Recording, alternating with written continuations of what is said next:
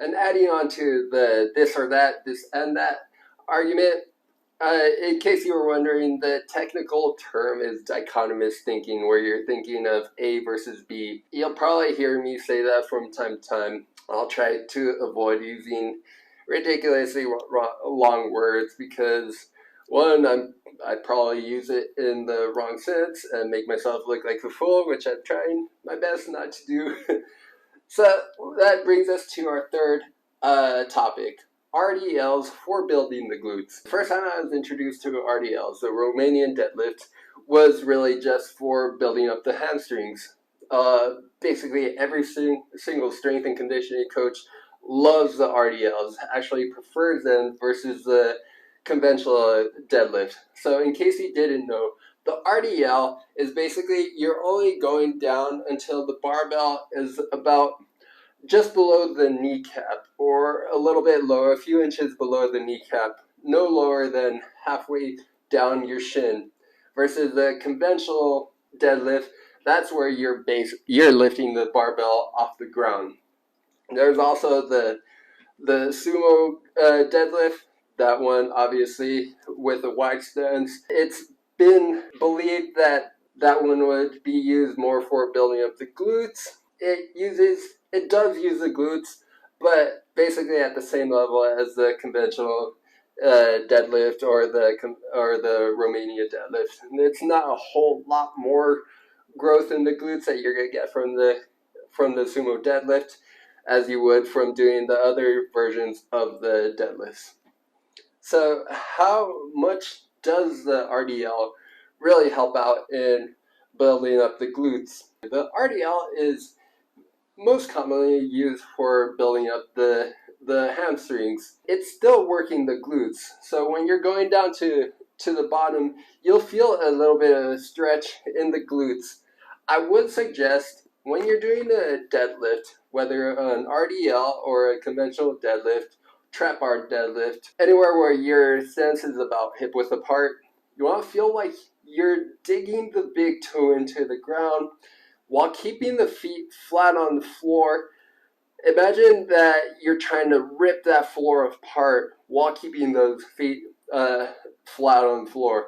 The reason for digging the big toe into the ground is so your feet don't end up coming up like that. What that does is that's actually going to activate the glute medius a lot more, which will help avoid you from letting your knees cave in. So you're not putting any more stress on the knees, and also it involves more glute activity in the exercise. So you're going to be able to lift a heavier weight or do more repetitions, and also be able to help contribute to building more muscle in the posterior chain. So you're going to be getting more glute, more hamstring growth. The reason why RDL is one of my favorites, or basically every strength and conditioning coach's favorites versus a conventional hip thrust, is that you're not putting anywhere near as much stress on the lower back as you would with a conventional deadlift. If you're in competition, if you're in a powerlifting competition, then of course you have to lift it off the ground because that's what the competition is all about.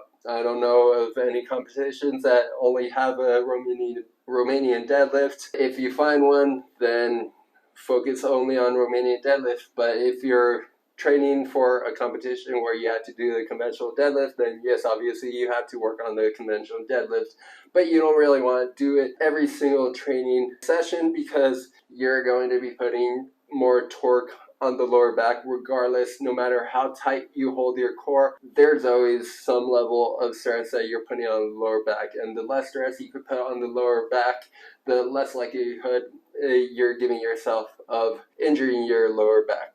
With the RDL, the goal is not really to bend so much at the knees. Your knee bend will basically stay the same. So really, I like to describe it to my clients as if you had a lasso around the waist and someone is tugging it without bending the knees anymore.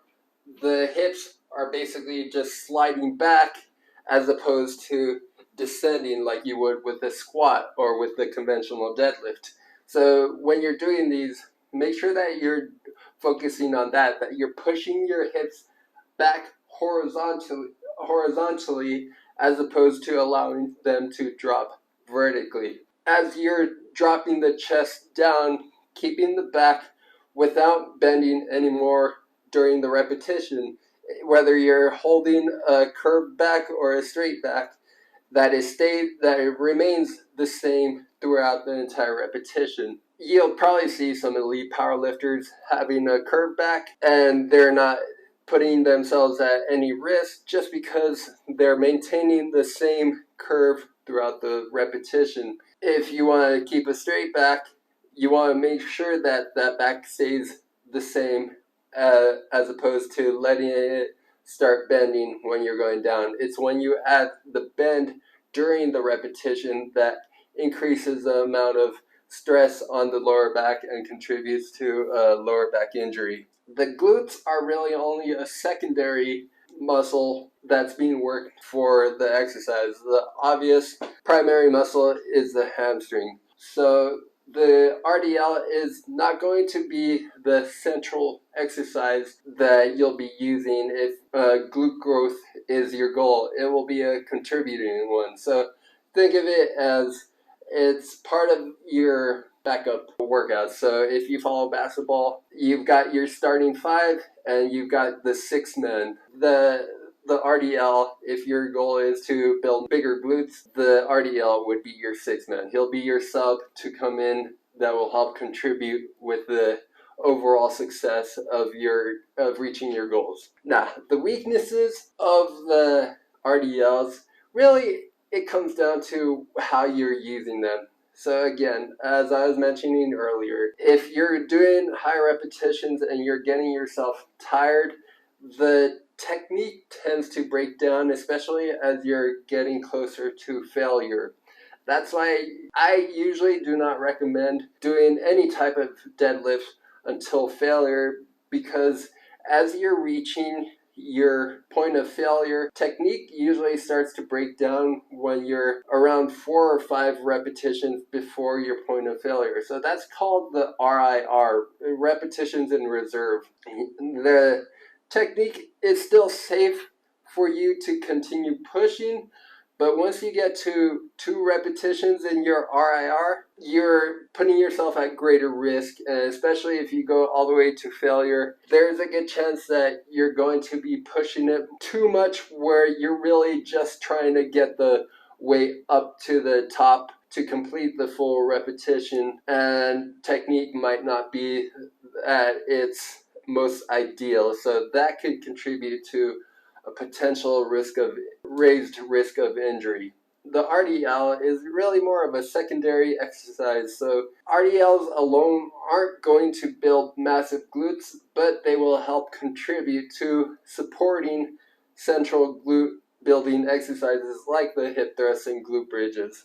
A person that has a pre-existing back injury might not want to do a whole lot of RDLs, but I would still suggest a person, after they see a doctor and maybe work with a physical therapist, to continue including RDLs in their training regimen, assuming that they're doing them safely. Say if you just tweak your back recently, and it's nothing major that you don't really have to go see the doctor for, it's just kind of bothering you, I would suggest you include RDLs into your workout plan, but only keeping it with just the barbells or just adding 10-pound plates to it and doing about 8 to 10 repetitions. That way you're still building back the strength in the lower back muscles. If it's a really, really sharp pain that gives you trouble to go down and tie your shoes or getting something from a bottom drawer, then I would probably hold off from doing that for a couple weeks until the injury starts to heal up. If it's really, really bad and it's been a couple months and you're still having trouble tying your shoes, then you should definitely consider going to see your doctor. So that does it for RDLs for glutes. Again, I personally do not believe that it should be the central exercise for building up the glutes, but it is 100% a very good exercise to support the glute growth. Not the central one, it's going to be part of the supporting cast.